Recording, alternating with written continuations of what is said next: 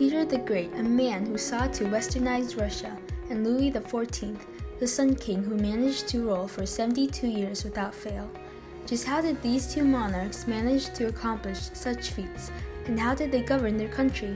To find out, the areas that the monarchs manipulated to achieve that goal must first be understood. The areas following includes military, government, culture or art, social structure, religion, foreign policy, and the degree in which the absolute monarchs were able to centralize power in their states.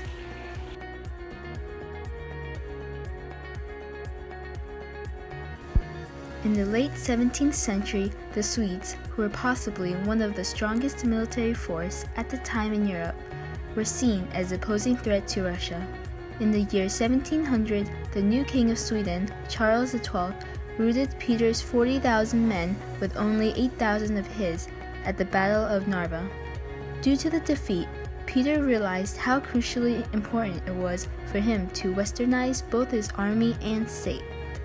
Luckily for Peter, Charles XII left Russia and turned his attention to Poland, where he spent the next few years of his life forcing Swedish interests onto them. In the meantime, Peter began to refine his army with more than 1,000 experts he brought back with him from the West, all of whom Peter met while he was traveling around Europe, observing the art galleries and learning the basics of many trades, such as blacksmithing, shipbuilding, and navigating. Because Peter was such a great man, hence his name, he even managed to present to the King of England a gift of a portrait of himself when he visited and stayed in England for a period of time. With the European officers he hired, Peter the Great changed the training, discipline, and choice of weaponry of the Russian army. He donned the soldiers in uniforms similar to what Western soldiers wore and armed them with muskets and artilleries. He also attempted to create a service of supply.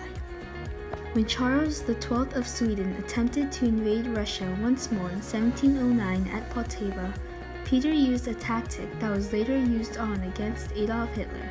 They drew the enemy into Russia, where they were exposed to the bitter Russian winter. Russia's then pathetic military force had transformed to an elite army on par with those under the service of France, Prussia, and Sweden that dominated Russia. When Peter had created the army, half of his motive was to create a force that could be on par with those of the West, and the other half was to obtain warm water ports along the Baltic and Black Sea to open a commercial port. The Middle and Lower Volga and Cossacks of the Don and Dnieper rose against the Tsar, rallying behind class war and hatred they felt toward the foreigners their Tsar had brought into Russia. Mercilessly, the revolts were pulverized. Due to the robustness of the army, the loose and heterogeneous empire, Russia remained held together instead of scattering. In France, Louis XIV loved gaining territory, and the only way to do that was going to war. He was at war for over 60% of his personal rule. He wanted to expand the country of France, and he spent a lot of money doing so. This led to France going into debt since the government controlled and supplied the army.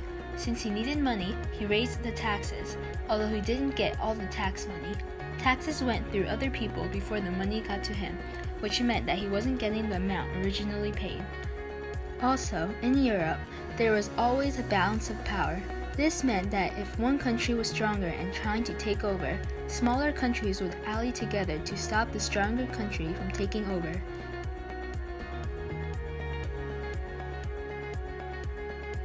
Money, which was essential for the new army, the city, and the expansion of government office, was unfortunately scarce in Russia, so Peter imposed taxes on almost anything, such as wearing a beard, which was traditional for many Russian men. Because the taxation mainly fell on the peasants, they limited their freedom to ensure that the taxes would be paid. To increase the production of goods and revenue of the government, Peter encouraged exports, built a fleet, and developed mining, metallurgy, and textiles, which were crucial to the army.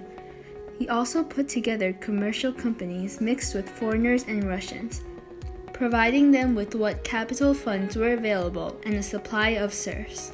Serfdom had evolved from cultural to industrial institution. Because serf owners had the right to sell serfs or send them to mines or towns without land attached, it made it easier for the Russian industry to bloom on the foundation of unfree labor. When started on a project, the serf owners and serfs were unable to quit or abandon the project whenever they pleased. Both serf and owner are in the Tsar's service. Unlike the capitalistic West, the economic system depended on management and labor, not on private profit and wages, and the social differences between Russia and Western Europe widened with Peter's efforts to push Russia to the material productivity of European level. Peter also created the administrative system to oversee and operate the system of tax collecting, recruiting, economic controls, serf hunting, and the repression of the internal rebellion. He got rid of the old self-government, replacing it with a Senate and 10 territorial areas called governments.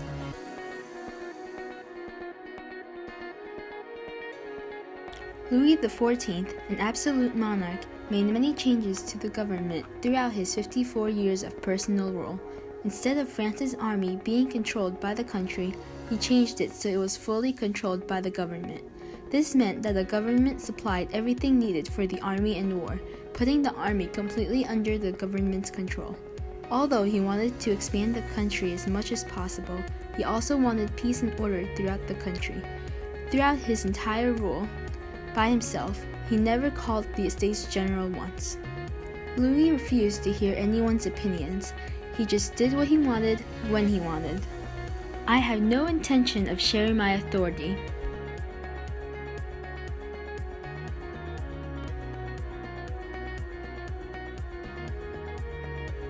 Peter the Great disliked anything that was reminiscent of old Russia, and had great enthusiasm to achieve his goal of re-educating his people with the new ways.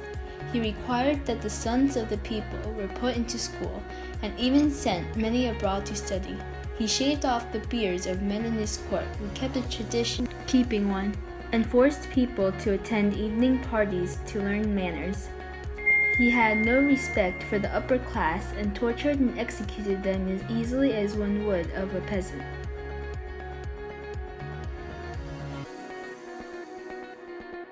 Louis was what, during the Renaissance, would have been referred to as a patron of the arts. He loved art. In fact, he loved it more than politics themselves. He gave financial support to writers and artists, especially if they made art for his palace in Versailles.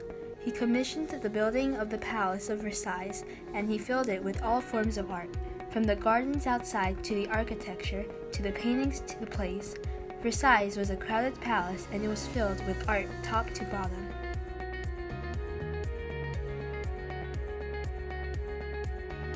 Though Russia's system of centralized absolution was similar to the West, it was still significantly different due to the fact that it lacked legal regularity, was handicapped by the poor education of many officials, and was imposed on a turbulent and largely unwilling population.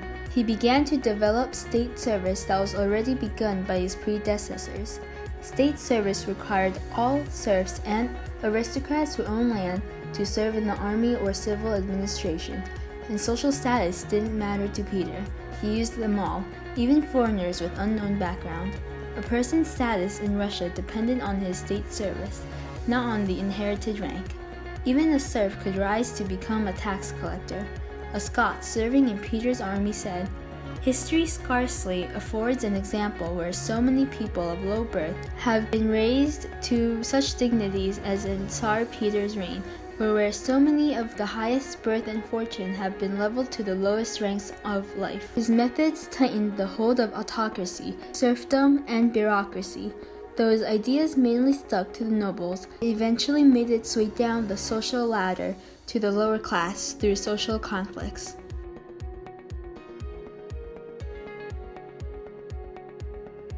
There were four main social classes in France at this time: the nobility, which is the highest besides king, the clergy, the money nobility, and the lower class.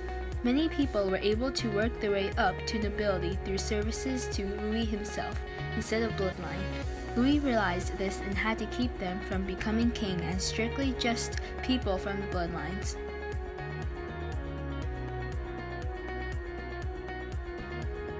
Peter the Great, who was Russian Orthodox, dismissed the traditional leaders of the Russian Church and created a new church group called the Holy Synod. Because many young people were sent to monasteries, Peter passed a law that prevented all men and women under the age of 30 from entering a monastery because he believed that the young people weren't contributing to society. Monks were made to learn crafts such as farming and establish schools and hospitals. Under the Tsar, the poor and the sick were taken care of by the monastery.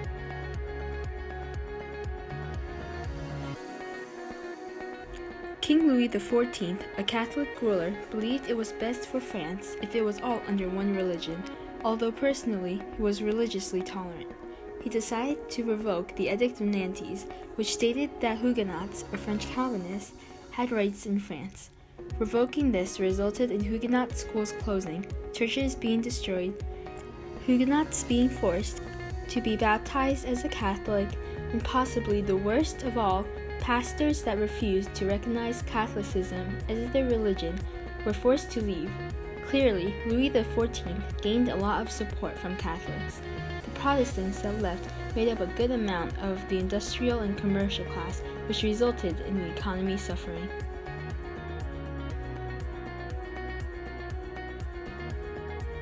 Russia was able to come out of isolation and has now become a part of international affairs, becoming a part of European history. To improve Russia's position at sea, Peter attempted to gain more port cities, and though he was defeated by the Turks with an alliance with the Ottoman Empire, he gained passage to the Caspian Sea. In the Great Northern War, Russia became one of the greatest powers in Europe when they gained a large amount of Baltic territories.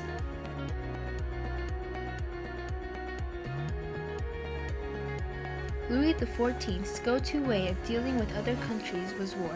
Although war was an aggressive way of approaching a situation, it worked because France was one of the strongest countries at the time. He wanted to gain territory like every other king, but he didn't stop. He invaded the Spanish Netherlands and many other countries to gain land and make France stronger. He raised tariffs on foreign products sold in France to encourage the people of France to buy French goods since they were cheaper, which therefore resulted in more money to expand the country. The King of Spain displayed his esteem for me in a manner that I confess flattered me pleasantly when, after the death of Don Luis de Haro, he stated publicly in front of all the foreign ambassadors that he wanted to follow my example in not having a prime minister any longer. France was one of the most powerful countries in Europe, and most of the time, whatever France did, other countries followed its lead.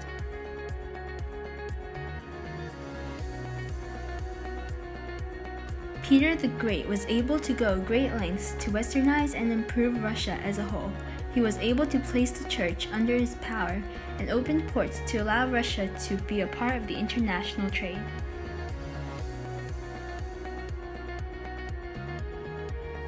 The Sun King, who was an absolute monarch for 54 years of his 72-year reign, assumed control of the French government. He did not answer to anyone but God.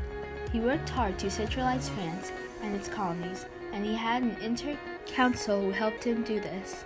His war minister worked on expanding the country, while his finance minister, a Colbert, strengthened the economy.